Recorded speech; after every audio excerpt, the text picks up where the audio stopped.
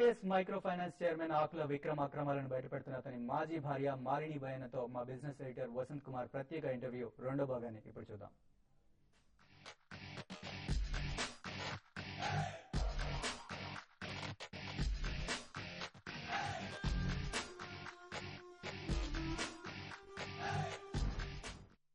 విక్రమ్ ఆకుల వివాదాస్పదమైన ఈ వ్యక్తి మొదటి భార్య మాలిని బయన ప్రస్తుతం TV5 స్టూడియోలో ఉన్నారు.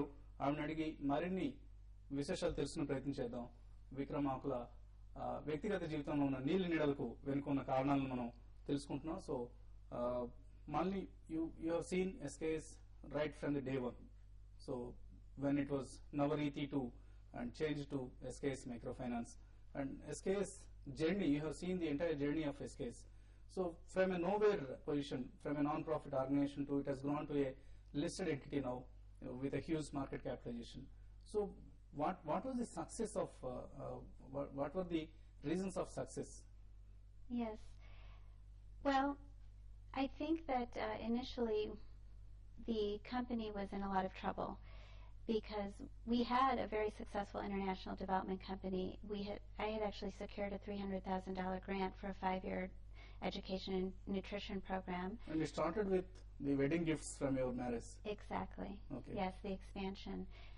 And SKS Foundation, the hard work of the board members and the interns and the staff, as well as my sweat equity.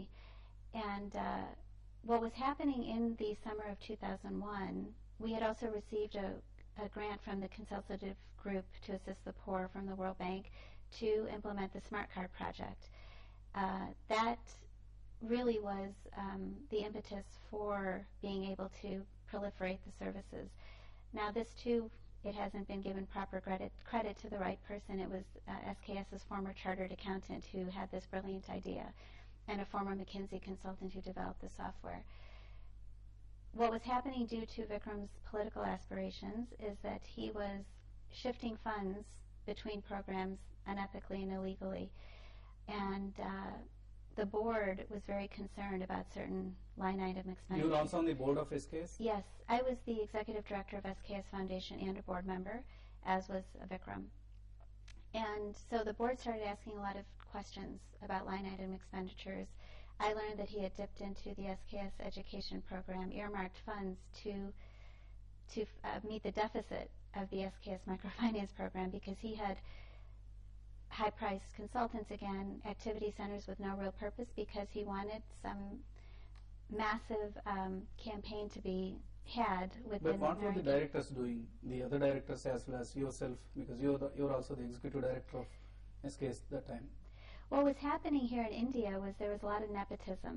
There were key people from his family, his maternal cousin who was the HR manager, her father who was the finance director.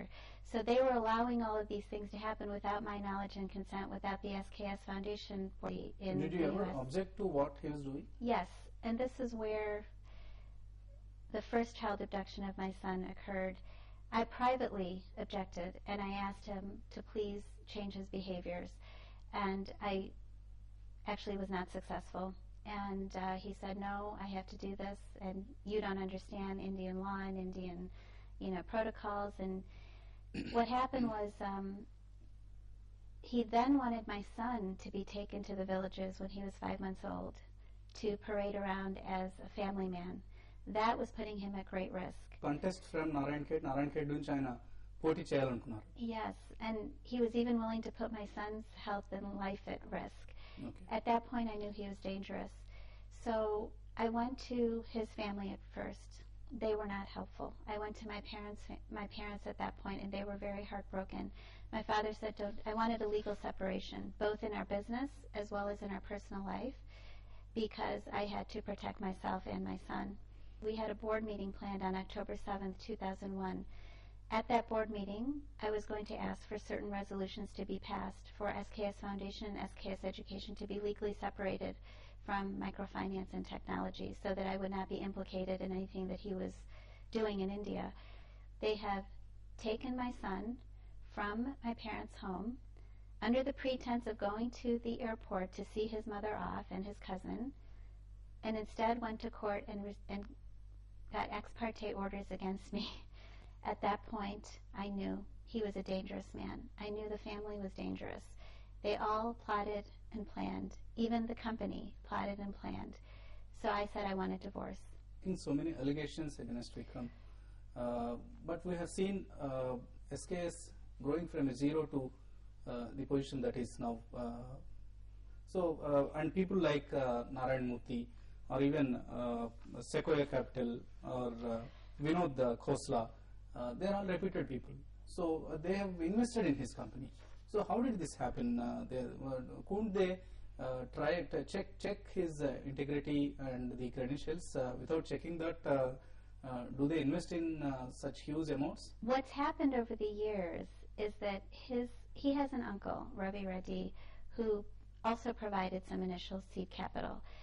He's a high net worth individual. He has partners and as well as friends who are very high net worth. How could he grow to this stature after having done all sorts of irregularities as being alleged by you? Because he has been promoted and protected and bailed out year after year after year by family. But these things will not work permanently. But the same thing that happened in October is now happening again, you see. So he's been back and forth, fooling the public with his parents, his, family, the company members who have a stake.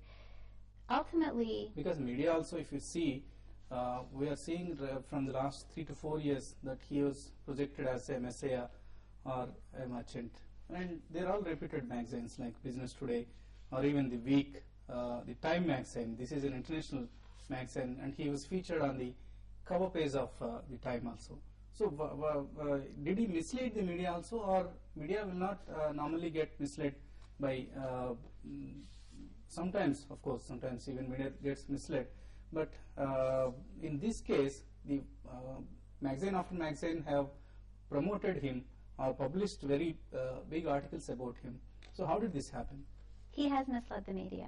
In the past year that I've been here fighting for my son, after he again obtained ex parte orders against me, Columbus Day weekend, with the same plot and plan, with his family, with his company members, his executive assistant, his mother, his corporate counsel, I have been reading all of the media coverage in India. I really hadn't paid attention.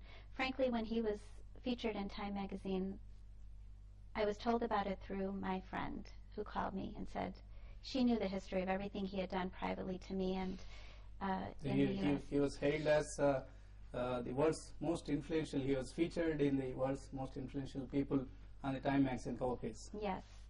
I was heartbroken. I called my brother. I cried. I said, how could this have happened? This man who's a terrorist, who's bankrupted me, I've been struggling, raising Tejas successfully all these years without his support, without his, actually with his backlash and rage and vindictiveness.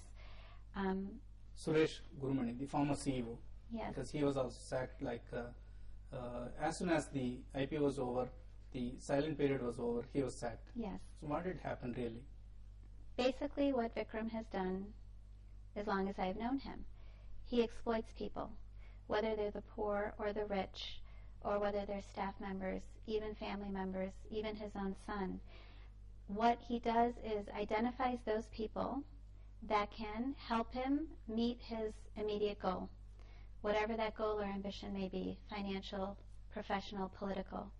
He will then lure them in and portray himself as somebody who wants to work with them as a team member, as a partner. Once they have fulfilled his dream, his vision, his goal, taken them to the top of the mountain, he will push them off the cliff because he does not want to share power. He does not want to share credit. He does not want to share glory.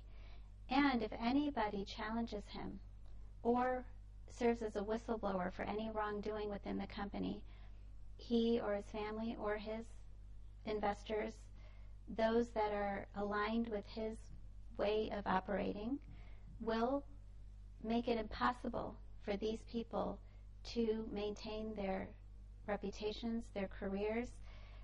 He will destroy them financially and or ruin their credit.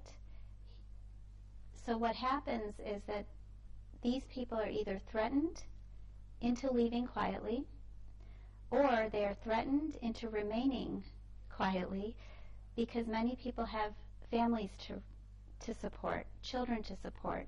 If they lose their jobs, where will they go? So they are then silenced within the organization.